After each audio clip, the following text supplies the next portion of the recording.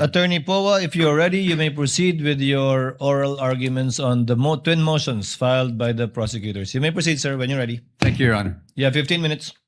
Mr. Presiding Officer, Honorable Senator Judges, magandang hapon po sa inyong lahat.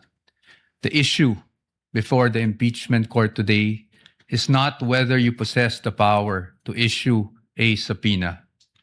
The real issue is whether such power may be exercised in a manner that disregards due process and compels the production of documents and information beyond what is allowed by law. Your Honors, jurisprudence provides that for a subpoena to be valid, it must comply with twin requirements of 1, definiteness, and 2, relevance. Ibig sabihin po nun, dapat particularly describe po ang nasasaklaw ng subpoena at dapat may direktang kaugnayan sa ginagawang paglilitis. Your Honors, when a subpoena becomes oppressive, when it is unreasonable, and when it is merely issued for the very purpose that there is a hope that somewhere, somehow, something incriminating will come out, it ceases to be an instrument of justice. It becomes a weapon of a fishing expedition. And that is exactly what confronts this very court today. And that is why the defense has taken the position that the prosecution's requests must be denied. Allow me to explain, and let me begin with constitutional points. Our first point, Your Honors, due process. Impeachment is primarily a legal and constitutional procedure with political characteristics. It is sui generis, but it is not a purely political proceeding.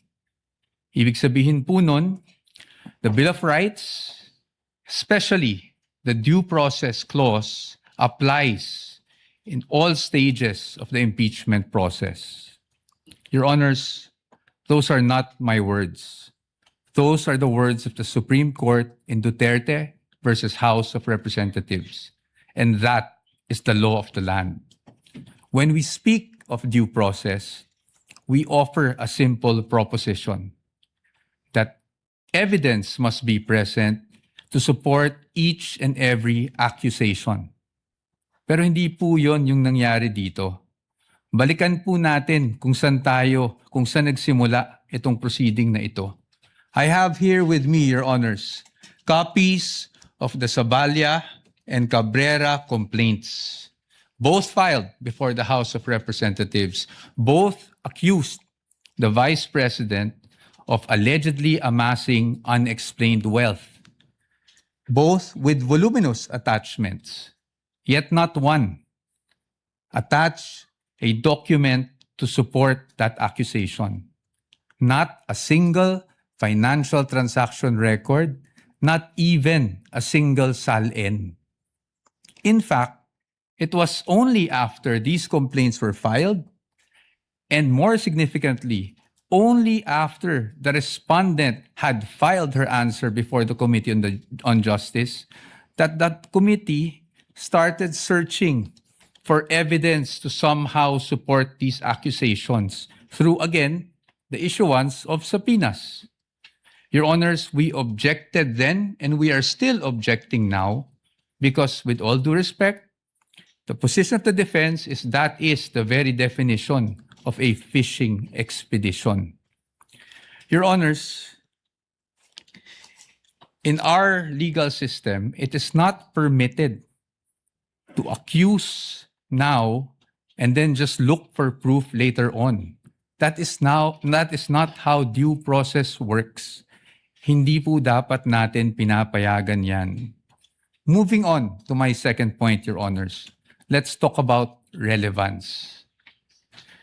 It is our position that the requests of the prosecution are in fact fatally overbroad. Bakit po fatally overbroad?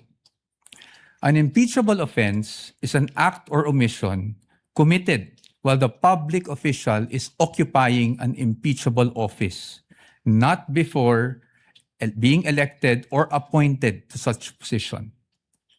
Again, Your Honors, those are not my words.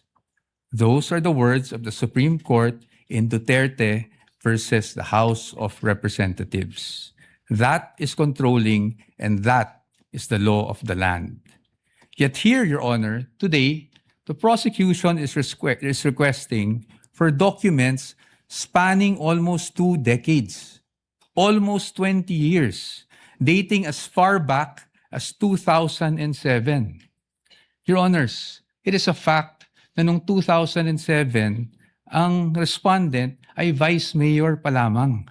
Definitely not an impeachable office, Your Honors. How is that relevant? It is the position of the defense that it is not. In fact, what that is an unlimited search throughout a person's financial history.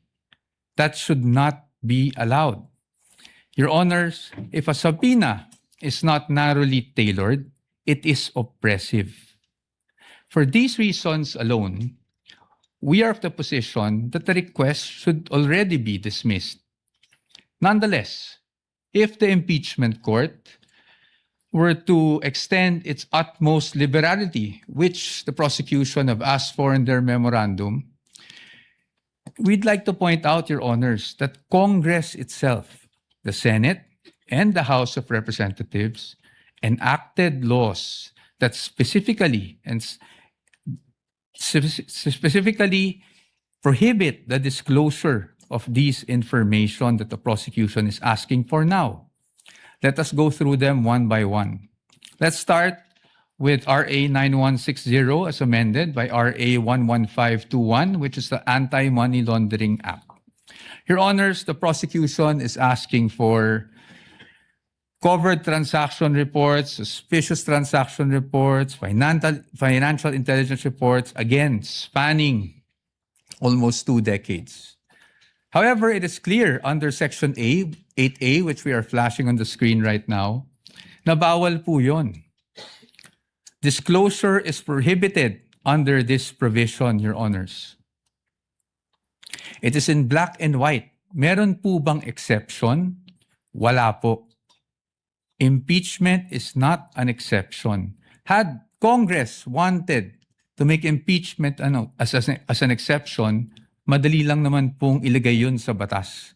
Pero hindi po iyon nagawa. Now, in fact, I also have here copies of the Financial Intelligence Report and another report from the AMLC, the Information Management Analysis Group, which were already marked as exhibits, Your Honor.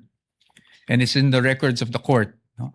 Exhibit D2-8-P1, where it says specifically that it should not be, the information should not be used as evidence in formal proceedings, Your Honors.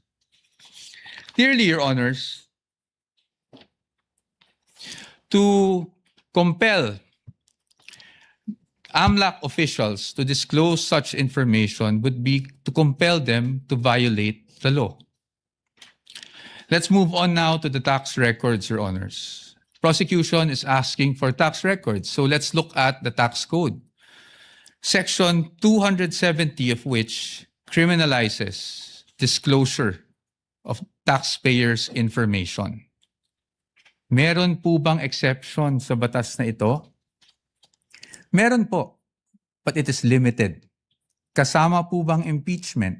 Hindi po. That is very clear. Again, Congress wanted to put an exception for impeachment. They could have easily done so, but they did not. Now, Your Honors, let's go to bank secrecy law, RA 1405. The state policy has always been to favor the secrecy of bank deposits, Your Honors. Dito, while we recognize that impeachment is in fact an exception, Your Honors, we submit that this exception is not automatic. Meaning, hindi porket may exception for impeachment, pwede na kaagad natin buksan ang lahat ng bank records na hinihingi ng prosecution. Why? Because, Your Honor, this exception does not dispense with constitutional safeguards. It does not abolish the right to due process. So dapat po, meron pa rin tayong basihan. If you look at the articles of impeachment, wala naman po doon na nagsasabing yung sinasabing unexplained wealth coming from, even if it was an illegal activity, ay pinasok sa isang specific account. In fact, Your Honors, this exception does not automatically mean that we should permit a fishing expedition. Yun nga pong mga bank account numbers na nakaspecify sa request for the issuance of a subpoena, ang aming posisyon po dyan, yan po ay nakalap doon sa illegal disclosure, with all due respect, na ginawa ng AMLC before the Committee on Justice. And then, Your Honors, they're also asking for the bank records of the spouse. Your Honor, the spouse is not an impeachable officer. And therefore, the spouse is not covered by this exception. Again, Your Honors, we should not allow this. In closing, Your Honors, the prosecution has repeatedly invoked accountability. Your Honors, we agree with them. No one is above the law. But in the same manner, no one must fall below or be outside the protection of the law. Impeachment is indeed a powerful constitutional tool. But Your Honors, impeachment is not a magic word or a magic wand that one can just wave to transform an illegal act into a legal act, to transform unlawful access to lawful access. That is not what the Constitution contemplates. That is not what the laws enacted by Congress contemplate. And that is not something that the Honorable Impeachment Court should allow. We submit, Your Honors. Thank you very much.